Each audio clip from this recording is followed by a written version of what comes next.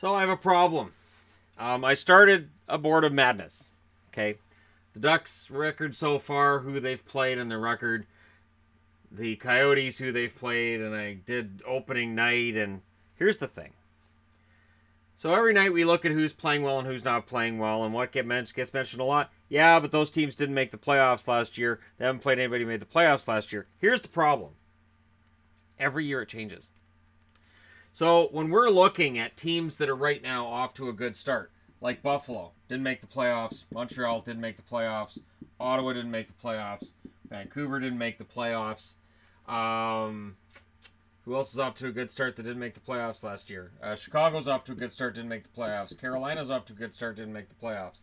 So if you're a team that this is your schedule, you get to play against these teams that just put the asterisks next to, those wins don't apparently matter to some people. And yet, some of those same people are going to look at the fast starts by these teams and say, wow, look how well they're doing. But if you beat them, it doesn't matter. And then you've got the teams that were in the playoffs last year that have nosedived. I want to put one next to St. Louis, but of course they were out last year. LA's the big one there. Vegas right now is outside the playoffs. So the question then becomes one of, and Minnesota too, I'll go ahead and put Minnesota in that category. Florida has nosedived even though they weren't in the playoffs last year. Here's Columbus. I guess we'll throw them in there. So here's the thing. You beat LA. Do I then look at that and go, okay, let's say Boston beats LA, and I could say, okay, I will award them points for having a tough schedule because they beat LA. But they lost to Carolina. Well, I'm going to really penalize them for that because Carolina wasn't a good team last year.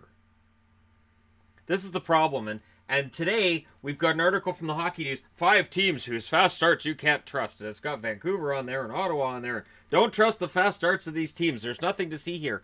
Here's the problem. We don't know. And when I see an article that says, here's the 5 teams that have done really well off the start of the season, and you can't trust it, here's what I hear. Well, as a pundit, I picked these teams to be crap this year, and here's why they're still crap even though they're not crap.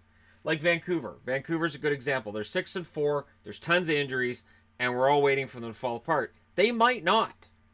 Back in 2015, they made the playoffs with a not very good lineup, partly because Connor McDavid was in that draft, and I if the Canucks had been bad that year, who knows? Maybe. I know it doesn't happen, but they kind of cost themselves a pretty good prospect in 2015. But that's the beauty of the NHL, and we talk a lot about parity, and then we're like, oh, those teams all missed the playoffs. 15 teams missed the playoffs out of 31. You're going to have good teams that miss the playoffs every year. That's kind of the point. So when I'm trying to figure out, okay, Arizona loses to Dallas, LA, or Dallas and Anaheim, they beat Anaheim. Well, that's a win in a shootout, so I'll qualify that as a tie because that's kind of how I look at it. Then they lose to Buffalo, Minnesota. So the loss to Minnesota is better for them than the loss to Buffalo, even though Buffalo has a better record than Minnesota. It doesn't work. I can't do it. I can't look at the record that a team has put out and say, well, I'm going to grade how tough their schedule is by how good those teams were last season. Because I pointed out all summer how much turnover we had in the NHL and how many bad teams turned good and how many good teams turned bad. And how many teams tanked towards the end of the season where they were having a perfectly fine season and then the bottom fell out. I'm looking at you, Dallas. I'm looking at you, Calgary. As big examples of that. Florida had the bad start. They had to come on at the end. Carolina had points last year where they looked like they were going to be a playoff team and fell out.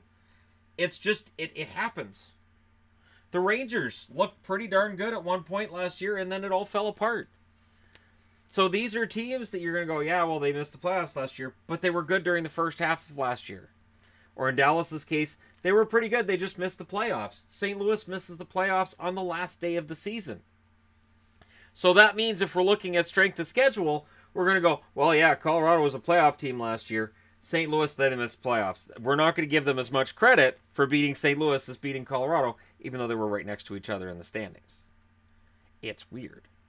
So then you can go a step further and say, well, if we're going to measure strength of schedule, what about division winners? Okay, sure, Vegas won the division last year.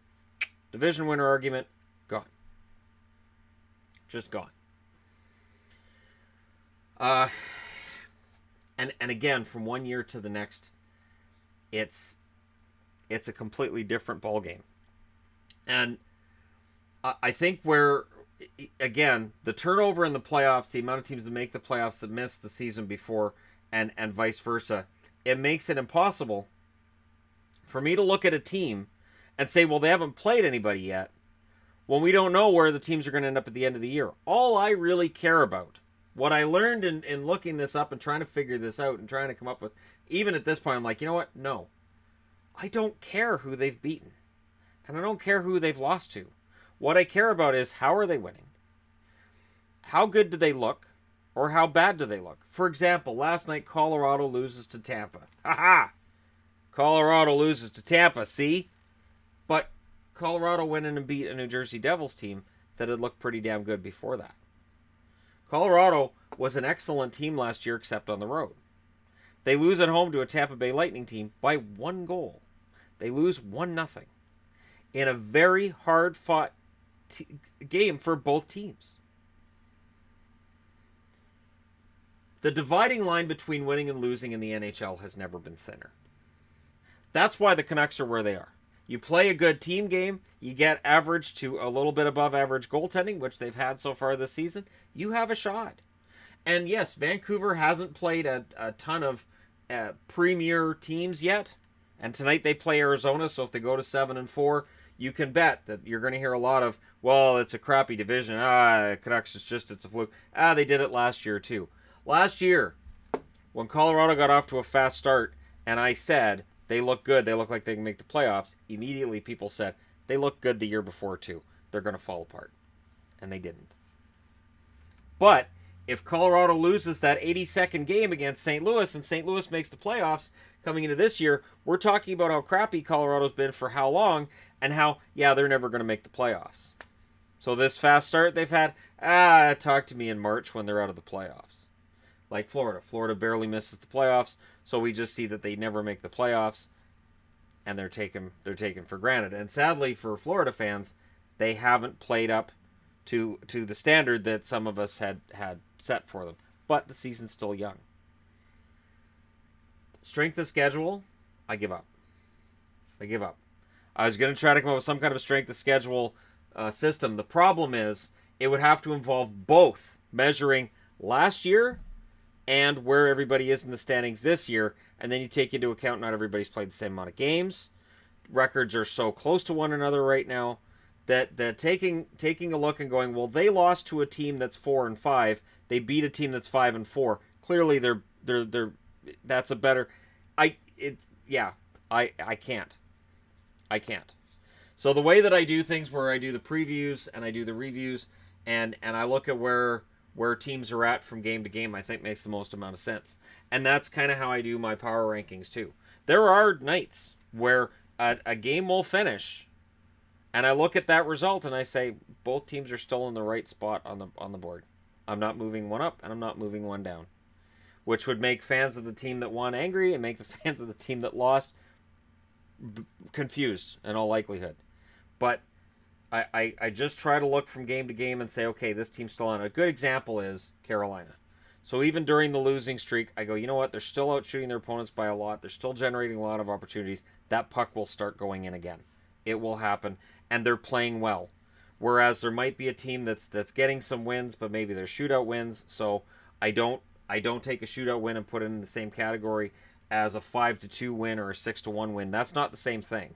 One team's playing really well and dominating a game, and the other one went 65 minutes without a winner, and then they used a shootout to decide the winner. Two completely different things. So, this is as close as you're going to get to a strength of schedule video, and I apologize because I really wanted to do one, but I just don't see how it's going to work. Because the criteria is two things. It's either going to be this year's standings, which we don't have enough games right now to go by, or last year's standings, which seems completely unfair to teams like Buffalo, Chicago, Montreal, Ottawa, and Vancouver. Because all of them have good records, and regardless of who they've beaten to get there, they're there. And, there's some other teams that maybe have more of a poor ranking or record than we might have expected. San Jose was in the tank early on. Looked like they were done. And now they've won a few.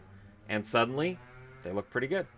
So there you go. Let me know your thoughts in the comments section below, because I think it would be fun to come up with some sort of a system, but I don't see how it's going to work because of the fact it changes from year to year.